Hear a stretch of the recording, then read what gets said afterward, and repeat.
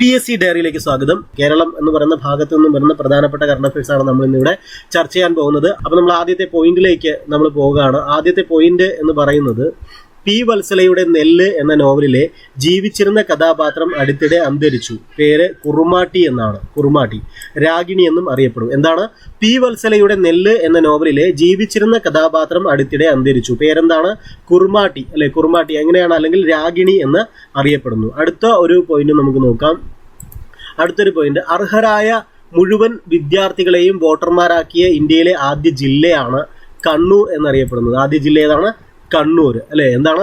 അർഹരായ മുഴുവൻ വിദ്യാർത്ഥികളെയും വോട്ടർമാരാക്കിയ ഇന്ത്യയിലെ ആദ്യ ജില്ല ഏതാണ്? അത് കണ്ണൂരാണ്. ആദ്യ ജില്ല കണ്ണൂരാണ്. അടുത്തൊരു പോയിന്റ് നോക്കുക.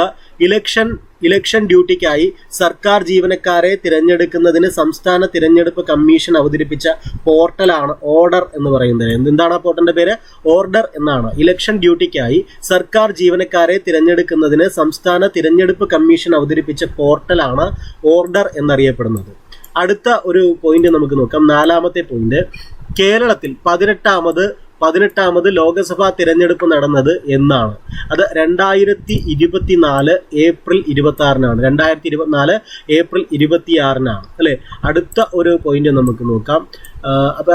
ജാതി വ്യവസ്ഥയ്ക്കെതിരെ പോരാടി രക്തസാക്ഷിത്വം വരിച്ച ഏത് നവോത്ഥാന നായകന്റെ 150ാമത് രക്തസാക്ഷിത്വ ദിനമാണ് 2024 ജനുവരിയിൽ ആചരിച്ചത്? അത് നമ്മുടെ ആറാട്ടുപുഴ വേലായുധ പണിക്കരുടേതാണ് അല്ലെ?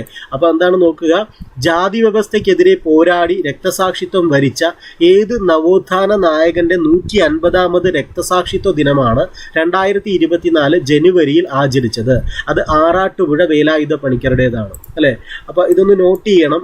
ഇങ്ങനെ കുറെ അധികം പ്രശസ്തരായിട്ടുള്ള ആൾക്കാരുടെ ജന്മദിനവുമായിട്ട് ജന്മവാർഷികവുമായിട്ട് ബന്ധപ്പെട്ടും അതേപോലെ ചരമവാർഷികവുമായിട്ട് ബന്ധപ്പെട്ടുള്ള കാര്യങ്ങളൊക്കെ ഉണ്ട്. അപ്പൊ അതൊക്കെ നമ്മൾ നോട്ട് ചെയ്ത് വെക്കേണ്ടതാണ്. കുമാരനാശാനുമായിട്ട് ബന്ധപ്പെട്ടൊക്കെ ചോദിച്ചിട്ടുണ്ട്. അപ്പൊ അടുത്ത അത് തന്നെയാണ് കുമാരനാശാന്റെ 2024 ജനുവരി 16-ന് 100ാം ചരമവാർഷികം ആചരിക്കപ്പെട്ട മലയാള കവിയാണ് നമ്മുടെ കുമാരനാശാൻ എന്ന് പറയുന്നത്. അപ്പൊ എന്താണ്? 2024 ജനുവരി 16-ന് അല്ലെ? എന്നാൽ നോക്കുക, 2024 ജനുവരി 16-ന് 100ാം ചരമവാർഷികമാണ് അല്ലെ? അപ്പൊ അദ്ദേഹം മരിച്ചിട്ട് 100 വർഷമാകുകയാണ് അല്ലെ? ആചരിക്കപ്പെട്ട മലയാള കവി ഏതാണ്? കുമാരനാശാനാണ് അല്ലെ? 1924 ജനുവരി 16-നാണ് അദ്ദേഹം മരിക്കുന്നത് അല്ലെ? അടുത്ത ഒരു പോയിന്റ്, 16ാം ധനകാര്യ കമ്മീഷനിൽ അംഗമായ മലയാളി ആരാണ്? അത് ആനി ജോർജ് ആണ്. Annie George Mathew. എന്താണ്? 16ാം ധനകാര്യ കമ്മീഷനിൽ അംഗമായ മലയാളി ആരാണ്? ആനി ജോർജ് മാത്യു ആണ്. അടുത്ത പോയിന്റ് നോക്കുക. കെ സ്മാർട്ട് പദ്ധതിക്ക് തുടക്കം കുറിച്ചത് എന്നാണ്? കെ സ്മാർട്ട് പദ്ധതിക്ക് തുടക്കം കുറിച്ചത് 2024 ജനുവരി 1-നാണ്. കെ സ്മാർട്ട് പദ്ധതിക്ക് തുടക്കം കുറിച്ചത് 2024 ജനുവരി 1-നാണ്. സമ്പൂർണ്ണ ഭരണഘടനാ സാക്ഷരത നേടുന്ന ഇന്ത്യയിലെ ആദ്യ ജില്ലയാണ് നമ്മുടെ കൊല്ലം എന്ന് പറയുന്നത്. ഇതിനു മുമ്പ് ചോദിച്ചിട്ടുണ്ട് പരീക്ഷയ്ക്ക്. സമ്പൂർണ്ണ ഭരണഘടനാ സാക്ഷരത നേടുന്ന ഇന്ത്യയിലെ ആദ്യത്തെ ജില്ലയാണ് കൊല്ലം എന്ന് പറയുന്നത് അല്ലെ? കൊല്ലം. ഡിജിറ്റൽ സാക്ഷരത കൈവരിക്കുന്ന ഇന്ത്യയിലെ ആദ്യ നഗരസഭ. ഇതും സാധ്യതയുള്ളൊരു ക്വസ്റ്റ്യൻ തന്നെയാണ് കേട്ടോ. ഡിജിറ്റൽ സാക്ഷരത കൈവരിക്കുന്ന ഇന്ത്യയിലെ തന്നെ ആദ്യത്തെ നഗരസഭയാണ് നമ്മുടെ കൊട്ടാരക്കര. കൊല്ലം ജില്ലയിലാണ് കൊട്ടാരക്കര. അപ്പൊ എന്താണ്? ഡിജിറ്റൽ സാക്ഷരത കൈവരിക്കുന്ന ഇന്ത്യയിലെ ആദ്യ നഗരസഭ ഏതാണ്? അത് കൊട്ടാരക്കരയാണ്, കൊല്ലം ജില്ലയിൽ. സംസ്ഥാനത്ത് ആദ്യമായി ഓൺലൈൻ ഗ്രാമസഭ സംഘടിപ്പിച്ച പഞ്ചായത്ത് മലയിൻകീഴാണ്. ഇത് തിരുവനന്തപുരം ജില്ലയിലാണ് അല്ലെ? തിരുവനന്തപുരം ജില്ലയിൽ സംസ്ഥാനത്ത് ആദ്യമായി ഓൺലൈൻ ഗ്രാമസഭ സംഘടിപ്പിച്ച പഞ്ചായത്ത് ഏതാണ്? മലയിൻകീഴ് പഞ്ചായത്താണ്. മലയിൻകീഴ് പഞ്ചായത്ത് ഏത് ജില്ലയിലാണ്? തിരുവനന്തപുരം ജില്ലയിലാണ്. കേരളത്തിലെ ആദ്യ ദീപാലങ്കൃത പാലം എവിടെയാണ്? കേരളത്തിലെ ആദ്യ ദീപാലങ്കൃത പാലം ഫറോക്കിലാണ്. കേരളത്തിലെ ആദ്യ ദീപാലങ്കൃത പാലം എവിടെയാണ്? ഫറോക്കിലാണ്. 2024 ഫെബ്രുവരിയിൽ അന്തരിച്ച കവിയും നിരൂപകനുമായ NK ദേശത്തിന്റെ ശരിയായ പേര് N. കുട്ടിക്കൃഷ്ണപിള്ള എന്നാണ്. N. കുട്ടിക്കൃഷ്ണപിള്ള. രാജ്യാന്തര AI ആർട്ടിഫിഷ്യൽ ഇന്റലിജൻസ് അല്ലെ? രാജ്യാന്തര AI ഉച്ചകോടിക്ക് വേദിയാകുന്ന കേരളത്തിലെ നഗരം കൊച്ചിയാണ് അല്ലെ? നമുക്കപ്പോൾ AI ഉച്ചകോടിയായി ബന്ധപ്പെട്ട് കഴിഞ്ഞ വർഷം നമ്മൾ ബ്ലെച്ച്ലി ഉടമ്പടി നമ്മൾ പഠിച്ചിട്ടുണ്ട് അല്ലെ? അതേപോലെ രാജ്യാന്തര AI ഉച്ചകോടിക്ക് വേദിയാകുന്ന കേരളത്തിലെ നഗരം കൊച്ചിയാണ്. ജി ശങ്കരക്കുറുപ്പിന്റെ പേരിലുള്ള മഹാകവി ജി സ്മാരകം സ്ഥിതി ചെയ്യുന്നത് എവിടെയാണ്?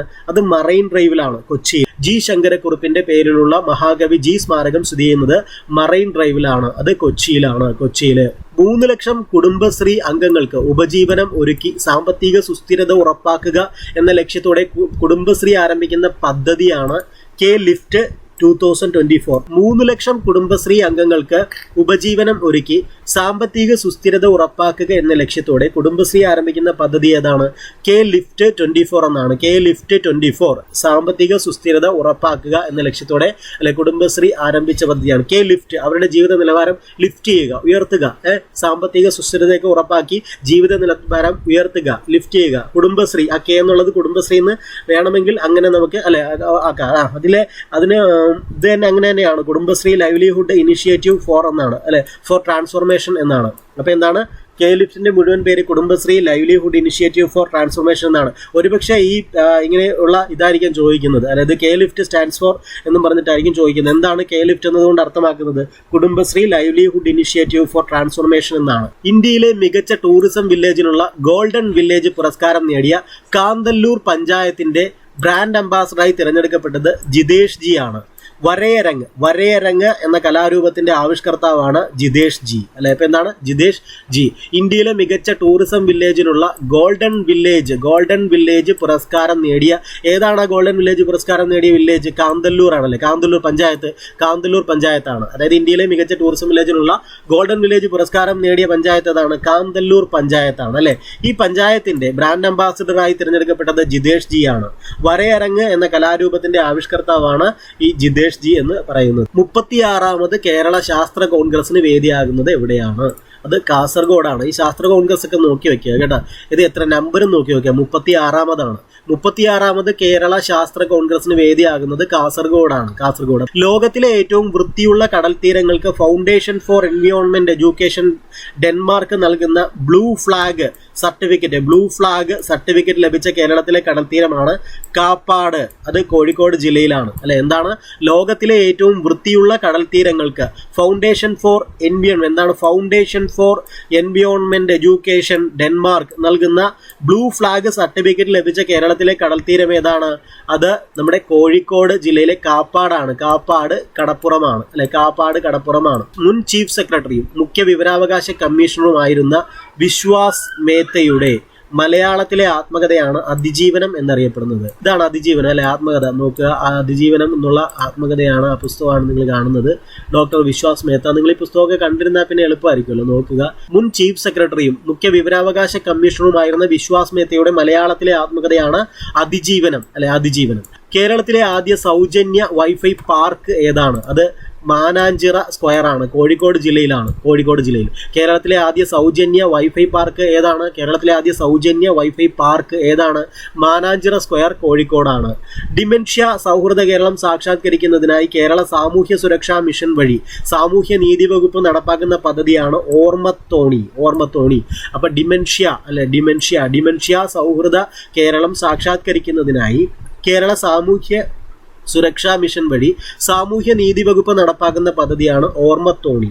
ഇന്ത്യയുടെ അഭിമാന പദ്ധതിയായ ഗഗൻയാൻ ദൗത്യത്തിന്റെ തലവനായ മലയാളി പ്രശാന്ത് ബാലകൃഷ്ണൻ നായരാണ്. ഇന്ത്യയുടെ അഭിമാന പദ്ധതിയായ ഗഗൻയാൻ ദൗത്യത്തിന്റെ തലവനായ മലയാളി ആരാണ്? പ്രശാന്ത് ബാലകൃഷ്ണൻ നായരാണ്. ആദിവാസി ജനതയ്ക്ക് ആരോഗ്യ സേവനങ്ങൾ നേരിട്ടെത്തിക്കുക എന്ന ലക്ഷ്യവുമായി സംസ്ഥാന വനം വകുപ്പ് നടപ്പിലാക്കുന്ന പദ്ധതിയാണ് സ്നേഹഹസ്തം. അപ്പൊ എന്താണ് സ്നേഹഹസ്തം എന്ന് പറയുന്നത്? ഒരു ഹസ്തം, ഒരു കൈ കൊടുക്കുക അല്ലെ, സ്നേഹത്തോടെ. എങ്ങനെയൊക്കെ ആലോചിക്കുക. എന്താണ്? ആദിവാസി ജനതയ്ക്ക് ആരോഗ്യ സേവനങ്ങൾ നേരിട്ട് എത്തിക്കുക എന്ന ലക്ഷ്യവുമായി സംസ്ഥാന വനം വകുപ്പ് നടപ്പിലാക്കുന്ന പദ്ധതിയാണ്. അപ്പൊ ആദിവാസി ജനതയ്ക്കാണ് ആരോഗ്യ സേവനങ്ങൾ നേരിട്ടെത്തിക്കുന്നതിനാണ് വനം വകുപ്പ് നടപ്പിലാക്കുന്ന പദ്ധതിയാണ്. ആ പദ്ധതിയുടെ പേരെന്താണ്? സ്നേഹഹസ്തം എന്നാണ്. സ്നേഹഹസ്തം നന്നായിട്ട് മനസ്സിലാക്കി വെക്കുക. മുൻ മന്ത്രി KM മാണിയുടെ ആത്മകഥയാണ് ആത്മകഥ എന്ന പേരിൽ തന്നെയാണ് മുൻ മന്ത്രി KM മാണി ആത്മകഥ രചിച്ചിട്ടുള്ളത്. ഇടുക്കിയിലെ കുളമാവിൽ നിന്ന് ഗവേഷകർ കണ്ടെത്തിയ പുതിയ സ്പീഷീസ് ഓന്ത്. ഏതാണ്? വടക്കൻ കങ്കാരു ഓന്ത് എന്നാണ് ഓന്തിന്റെ പേര്. അതിന്റെ ശാസ്ത്രീയ നാമം അഗസ്ത്യഗാമ എഡ്ജ് എന്നാണ്. അഗസ്ത്യഗാമ എഡ്ജ്. അപ്പൊ എന്താണ്? ഇടുക്കിയിലാണ് കേട്ടോ. ഇടുക്കിയിലെ കുളമാവിൽ നിന്ന് ഗവേഷകർ കണ്ടെത്തിയ പുതിയ സ്പീഷീസ് ഓന്താണ് വടക്കൻ കങ്കാരു ഓന്ത്. ഇതിന്റെ ശാസ്ത്രീയ നാമം അഗസ്ത്യഗാമ എഡ്ജ് എന്നാണ്. കേരള കലാമണ്ഡലത്തിൽ നിന്നുള്ള PG വിദ്യാർത്ഥികളുടെ നേതൃത്വത്തിൽ ആരംഭിച്ച മ്യൂസിക് ബാൻഡാണ് അരകവ്യൂഹം. അപ്പൊ എന്താണ്? കേരള കലാമണ്ഡലത്തിൽ നിന്നുള്ള PG വിദ്യാർത്ഥികളുടെ നേതൃത്വത്തിൽ ആരംഭിച്ച മ്യൂസിക് ബാൻഡ് ഏതാണ്? അരകവ്യൂഹം എന്നാണ്. അതിന്റെ പേര് വ്യൂഹം എന്നാണ്. മുനിസിഫ് മജിസ്ട്രേറ്റ് മുതൽ സബ് ജഡ്ജി വരെയുള്ളവർ ഇനി മുതൽ ഏത് ഔദ്യോഗിക സ്ഥാനപ്പേരിലാണ് അറിയപ്പെടുക?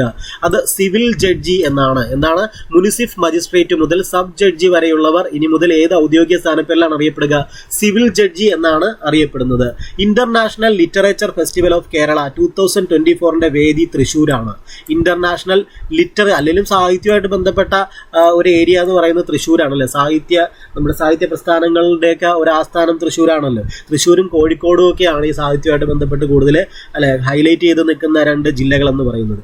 അപ്പോൾ international literature festival of Kerala 2024 വേദി ഏതാണ്? തൃശ്ശൂരാണ്. 2024 മാർച്ചിൽ 100ാം വാർഷികം ആഘോഷിച്ച കേരളത്തിലെ സത്യാഗ്രഹം. 2024 മാർച്ചിൽ 100ാം വാർഷികമാണ്. 100ാം വാർഷികം ആഘോഷിച്ച കേരളത്തിലെ സത്യാഗ്രഹം വൈക്കം സത്യാഗ്രഹമാണ് കേട്ടോ. ഇപ്പൊ നമ്മൾ ആറാട്ടുപുഴ വേലായുധ പണിക്കർ, അതേപോലെ കുമാരനാശാൻ, ഇപ്പോൾ വൈക്കം സത്യാഗ്രഹം, ഇതൊക്കെ പഴയ കാര്യങ്ങളുടെ വാർഷികമായിട്ട് ബന്ധപ്പെട്ട് വന്നാണ്. ഇതൊക്കെ ഓർത്തിരിക്കണം കേട്ടോ. മഹാത്മാഗാന്ധി ഗ്രാമീണ തൊഴിലുറപ്പ് പദ്ധതി കേരളത്തിലെ പുതുക്കിയ വേതനം എന്ന് പറയുന്നത് 346 രൂപയാണ് അല്ലെ. അപ്പൊ കേരളത്തിലെ നിലവിലെ പുതുക്കിയ വേതനം എത്രയാണ്?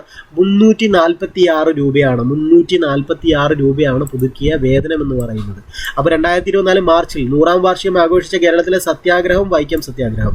മഹാത്മാഗാന്ധി ഗ്രാമീണ തൊഴിലുറപ്പ് പദ്ധതി കേരളത്തിലെ പുതുക്കിയ വേതനം എത്രയാണ്? 346 രൂപയാണ് വേതനം. അടുത്തൊരു പോയിന്റ് നോക്കാം. 2023 കേരളത്തിലെ ഏറ്റവും കൂടുതൽ ആഭ്യന്തര സഞ്ചാരികൾ സന്ദർശിച്ച ജില്ല എന്ന് പറയുന്നത് എറണാകുളമാണ്. അപ്പൊ എന്താണ്? 2023 കേരളത്തിലെ ഏറ്റവും കൂടുതൽ ആഭ്യന്തര സഞ്ചാരികൾ സന്ദർശിച്ച ജില്ല ഏതാണ്? എറണാകുളം ജില്ലയാണ്. 700-ലേറെ വർഷം പഴക്കം കണക്കാക്കാവുന്ന വട്ടെഴുത്ത് കണ്ടെത്തിയ പാലക്കാട് ജില്ലയിലെ ക്ഷേത്രമാണ് ചിറ്റടി മണ്ണൂർ ഭഗവതി ക്ഷേത്രം. അപ്പൊ എന്താണ്? 700-ലേറെ വർഷം പഴക്കം കണക്കാക്കുന്ന വട്ടെഴുത്ത് കണ്ടെത്തിയ പാലക്കാട് ജില്ലയിലെ ക്ഷേത്രമാണ് ചിറ്റടി മണ്ണൂർ ഭഗവതി ക്ഷേത്രം. അടുത്തൊരു പോയിന്റ്, മൊത്ത ജില്ലാ മൂല്യവർദ്ധിത അടിസ്ഥാനത്തിൽ പ്രതിശീർഷ വരുമാനം രേഖപ്പെടുത്തുന്ന കേരളത്തിലെ ആദ്യത്തെ ജില്ലയാണ് എറണാകുളം. മൊത്ത ജില്ലാ മൂല്യവർദ്ധിത അടിസ്ഥാനത്തിൽ പ്രതിശീർഷ വരുമാനം രേഖപ്പെടുത്തുന്ന കേരളത്തിലെ ആദ്യ ജില്ലയാണ് എറണാകുളം. കേന്ദ്രമന്ത്രിയായ ആദ്യ മലയാളി വനിത എന്ന ബഹുമതിക്കർഹയായ ആരുടെ 125ാമത് ജന്മവാർഷികമാണ് 2024 മാർച്ച് 27 ആഘോഷിച്ചത്? ലക്ഷ്മി എൻ മേനോൻ അല്ലെ. എന്താണ്? കേന്ദ്രമന്ത്രിയായ ആദ്യ മലയാളി വനിത എന്ന ബഹുമതിക്കർഹയായ ആരുടെ 125ാമത് ജന്മവാർഷികമാണ് 2024 മാർച്ച് 27 ആഘോഷിച്ചത്? ലക്ഷ്മി എൻ മേനോൻ. പൊതുജനങ്ങൾക്ക് പരാതികൾ ജില്ലാ കളക്ടർക്ക് നേരിട്ട് നൽകുന്നതിന് വേണ്ടി IT മിഷൻ ഒരുക്കിയ ഓൺലൈൻ സംവിധാനമാണ് DC കണക്ട്. എന്താണ്?